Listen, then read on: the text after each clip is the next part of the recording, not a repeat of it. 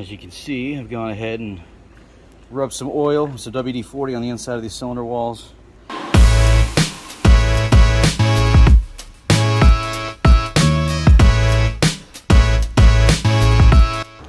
Really neat setup. Look at the pin's real narrow for that extra clearance. The skirts are real short because it's a stroker. The rod is longer than standard. All kinds of neat things about these. These are hardcore let's go racing stuff.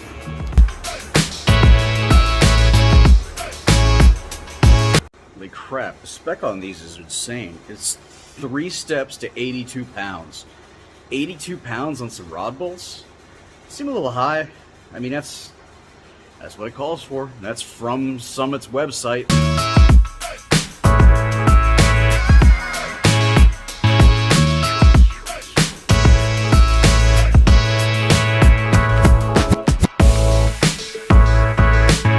Got myself a Brian Tooley camshaft going in next. And for those of you who might be curious, this is the LS1 LS2 Stage 4. And it is 630, 615. It is a dual pattern cam. And it does 233, 248 at 50 thousandths. But I'm pretty excited about this. This is the piece de resistance. You notice I got my Brian Tooley hat on. Brian's a cool dude. He's really helped me out with this. And this is going to make this thing rowdy. This is even bigger than the last cam that was in it because he said, you know, there isn't enough exhaust duration on the cam you got in there. Pick one out. I was like, how about this one? He goes, that is exactly the cam I was going to say. So I think this would be the right cam for your application. And I said, okay, I'm cool with that.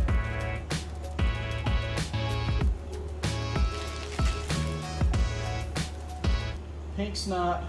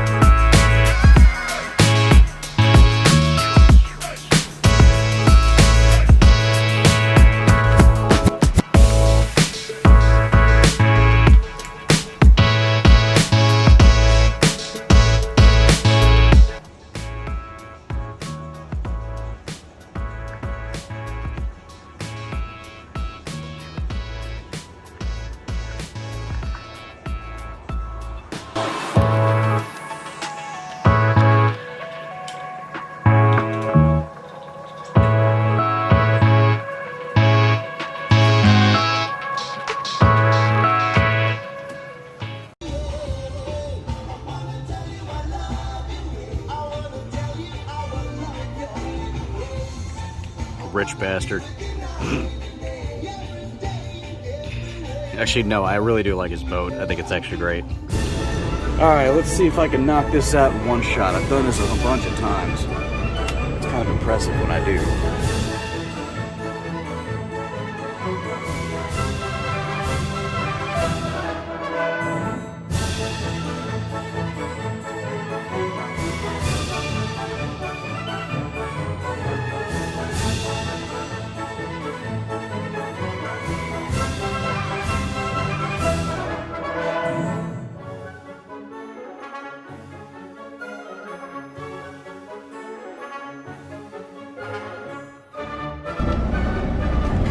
Like a glove. That's cool, right? Just so you can see how perfect this is. That's actually the yellow line, real faint. Parallel with the side of the trailer. For my dirty ass mirror. And on the other side, in the other mirror, that's about as close as you're gonna get on a one shot like that. This dock, biggest pain in the ass you'll ever see. You wanna know why? This is all the space you get in front of your tractor. This is all you get to get your wheels straight. It's all the space you get in front of your truck to back this thing up into this space right here. And it's not even square in a parking lot. It's like a 45-degree angle. Crazy. You do if I randomly got into your passenger seat. Hey! The fuck? Bitch, you better get your Clydesdale looking ass out of here. Today is the first day that I decided to walk into a Fuddruckers and say, give me the largest burger you sell. So we're going to see how big the biggest burger they sell is. Now just for scale reasons, I mean, you can see this is the typical style clamshell that you use for any other truck stop burger. You can see it's about the size of my hand. And this, on the other hand, is your full-size clamshell that you're used to seeing an entire meal fitting in. But check this out. This burger fills the entire clamshell. You cannot close it. This burger is so freaking big. It's like trying to palm a basketball. Just took like 3 bites of that burger. It's a good burger. Firstly, holding it, 2 hands, big giant handfuls, and I'm pleasantly surprised that the burger itself goes all the way to the edge of the bun, all the way around. So when you take that first bite, you're already into the burger. You're not just chomping on bread and lettuce or whatever else is typically hanging off the edge of a burger. Final verdict: is it worth it? Yeah, I'd say it's worth it because, I mean, if anything, you could always cut it in half and share it with someone. And then instead of it being a $20 burger combo, it's like, yo, hey, $10 a piece. It's a 2 for $20. So Fuddruckers, approved. You know, it's funny, when I flip my hat around, it looks like that thing that Neil Peart always wears. Neil Peart from Rush. Fat Kid Nation. I went to McDonald's and I said, let me get a Big Mac with the quarter pounder meats. And they were like, it's expensive. And I was like, I don't care. Make it so. You ever have like $1 million idea and you can't do anything with it? And later on you find like 10 years later somebody did that exact thing and now they're millionaires? It's happened to me a few times. And I figured I'd make a video about it. So I used to see a lot of buskers on street corners playing music, and I thought it was great. I thought I was going to, you know, do something like that myself. But people would put money in the case of the guitar, and that's how they would basically tip them for being good at what they do. And I thought, well, wouldn't it be great if like we could combine this with YouTube, where you could upload a video of yourself playing, and then like if anybody likes you, they can click a button and it puts $1 in your virtual guitar case. And let's take it a step further. Let's say you can upload a couple of videos, let's say 3 minutes apiece, and that you have a calendar. And on that calendar, you have all of the dates and all the gigs and all the places that you're playing. That'd be pretty cool. Then anyone who wants to see you play, well, they can see exactly where you're going to be Thursday night, Friday night, always play in the Rainbow Room or who knows wherever else. Now let's take it a step further.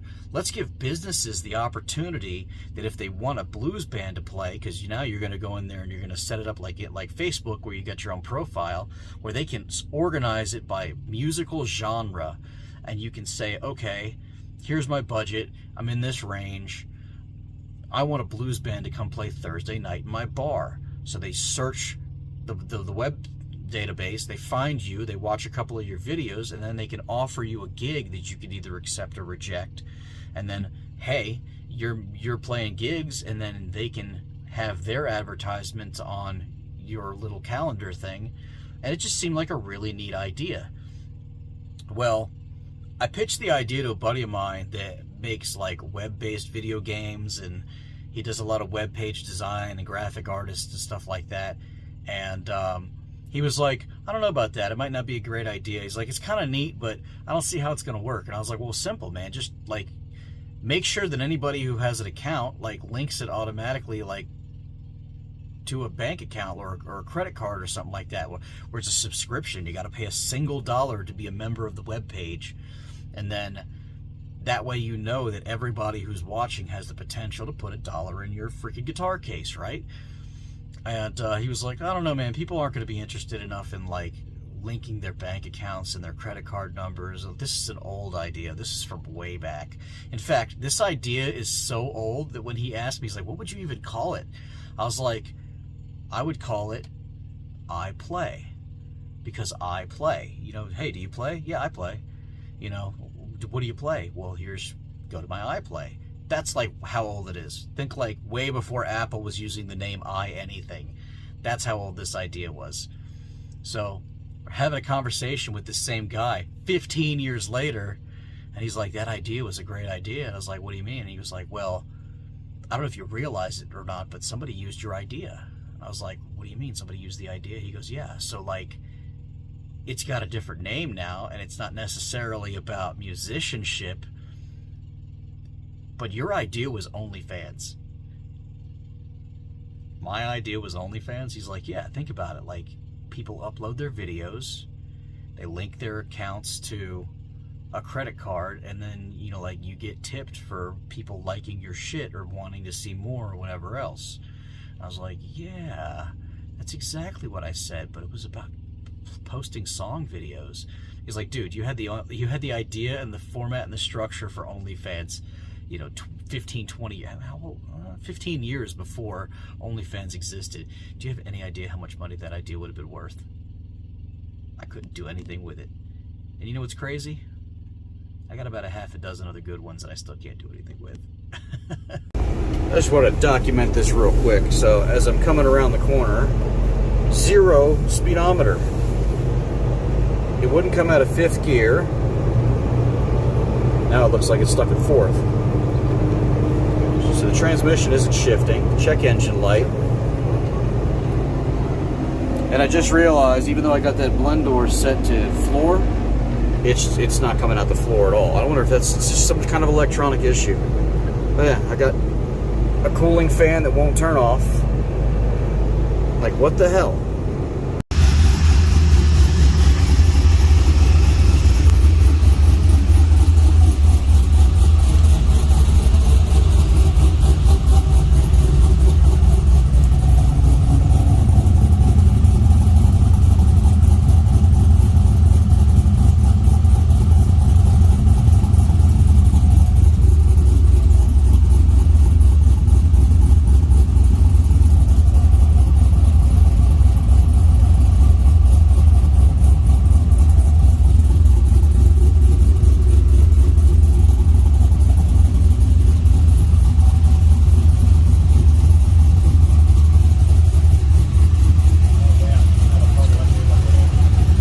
I know I got a pickup truck, but that's a pickup truck. Look at the size of that thing.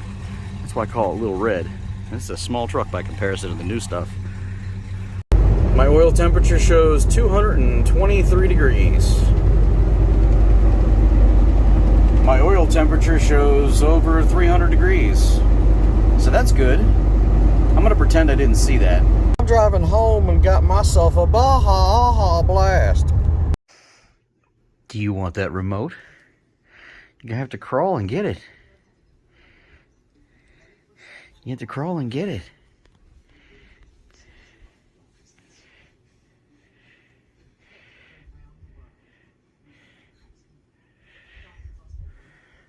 Oh, he flopped and rolled over. Oh, yeah, you do. Okay. First Christmas gift. Good. Mommy started.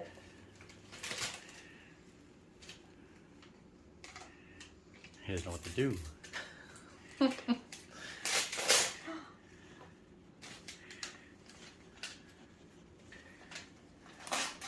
Good job.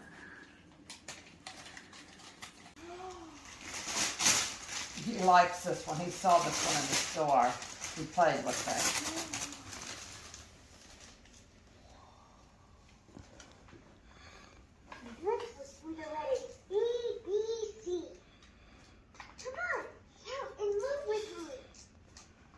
We get to shoot some video on this now. He got the costume on, he got the wig, he got the shades, the mustache, the chain.